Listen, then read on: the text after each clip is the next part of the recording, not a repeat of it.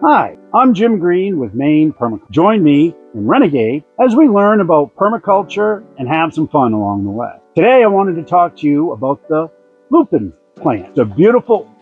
Hey Bob. What? Who are you? I'm a true Mainer, and I want to let you know you're saying it wrong. You live in the pine tree state. It's pronounced lupine, not lupin, all right? However you pronounce it. Tomato, tomato, lupin, lupine. It's a beautiful plant, and it's a wonderful plant. And let's get into it, and I'll tell you how that ties into permaculture. Here's a picture of a lupin plant that I made.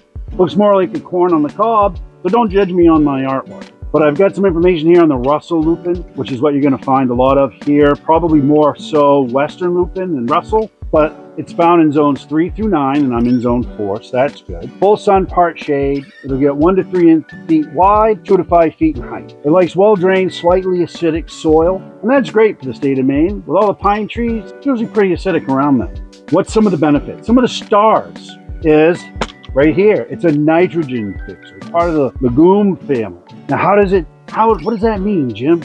So how does the nitrogen fixing work in regards to the plant? How is it taking that nitrogen out of our atmosphere? I've got a little diagram here. I'd love to show you how. Now this is very basic, very simple. It's more complicated than what I'm going to make it sound. There's a whole soil science. But really quickly, briefly, let me show you what I've got. So the nitrogen fixing plant will create hundreds of these little nodules on their roots. And these little nodules are home to a huge amount of nitrogen eating bacteria. And that's released into the soil to feed on the nitrogen that comes in contact with the soil through rain and snow. The bacteria are then able to bring that nitrogen back to the roots through the fungal layer, putting it back into the soil. The air that we breathe, sometimes we'll say oxygen. Well, it's not, it's air. We're breathing in air. 78% of that air is nitrogen. You breathe in 78%, you exhale 78%. 21% of the air is oxygen. And we'll breathe in 21% oxygen, and we'll exhale about 16. Leaves are working, everything's working. Take that nitrogen and put it into the soil. And that benefits all the other plants around it. Another benefit, another star, the pollinator. Bees, butterflies. They say hummingbirds.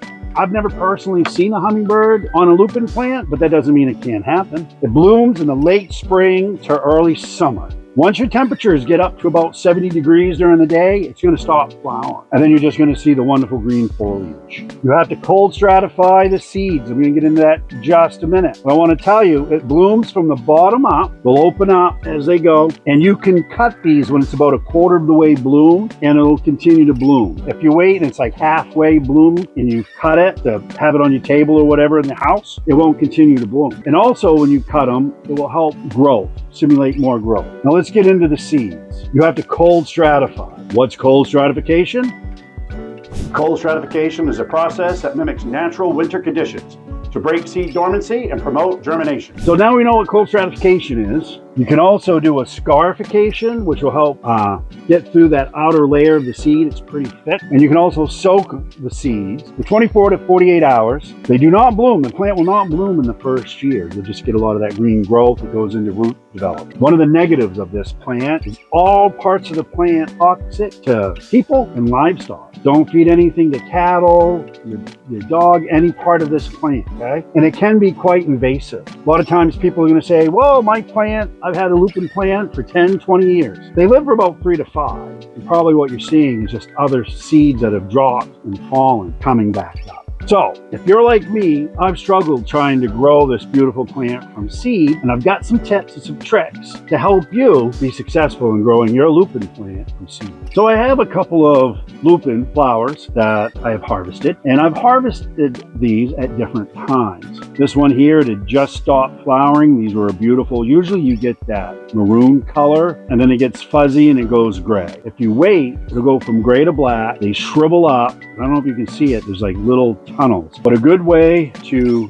get the seed out of the pod, is these are really, really dry. But when they're still dry but have a little bit of moisture, I can pull on this and rip it right down the back of it, and they just open up really good. These are really dry. So what I can do is I can just squeeze them together from top to bottom. Boing! This went flying. And I open it up, and you can see all the seeds in there. Very tiny. You pop these out. Now, when I'm ready, I get a cold stratify these, so I'm not ready yet, but when I'm ready, I can soak them in water. The other thing I can do is I can scarify. Take a little piece of sandpaper, there's just a little 320, doesn't have to be anything too aggressive, okay?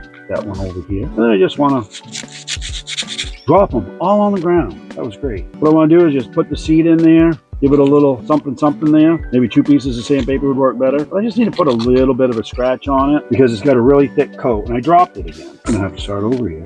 And what will happen is the seed will just fall right out of there. All right, so give this a squeeze. There we go, check that out, huh? And then I can take these seeds, put them between some sandpaper, and just scratch the outer coat. It's a very thick coat. I don't believe you can hurt it very much, right? Just a little something.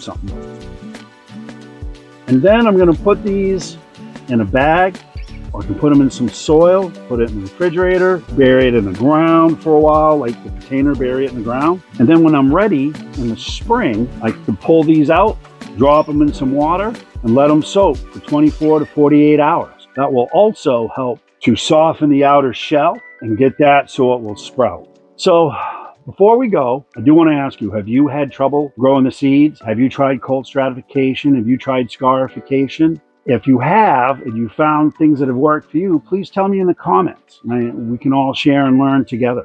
Before I go, I want to talk about one more thing. There is a native lupine plant for the state of Maine, and it's called the sundial lupine. Like I said, it's a Maine native. However, it's no longer found growing wild, pretty much locally extinct. There are efforts to reintroduce them into small areas, but it's very important for endangered Kerner, which primarily its diet is the sundial lupine. And I have a picture of one right here. Thank you for spending your time with me. I hope you enjoyed it as much as I enjoyed spending time with you. Please hit the like button, ring the bell so you'll be notified when new videos are dropped. And on my next video, I want to talk to you all about the black walnut. So tune in, have fun, and be safe, everyone. Bye for now.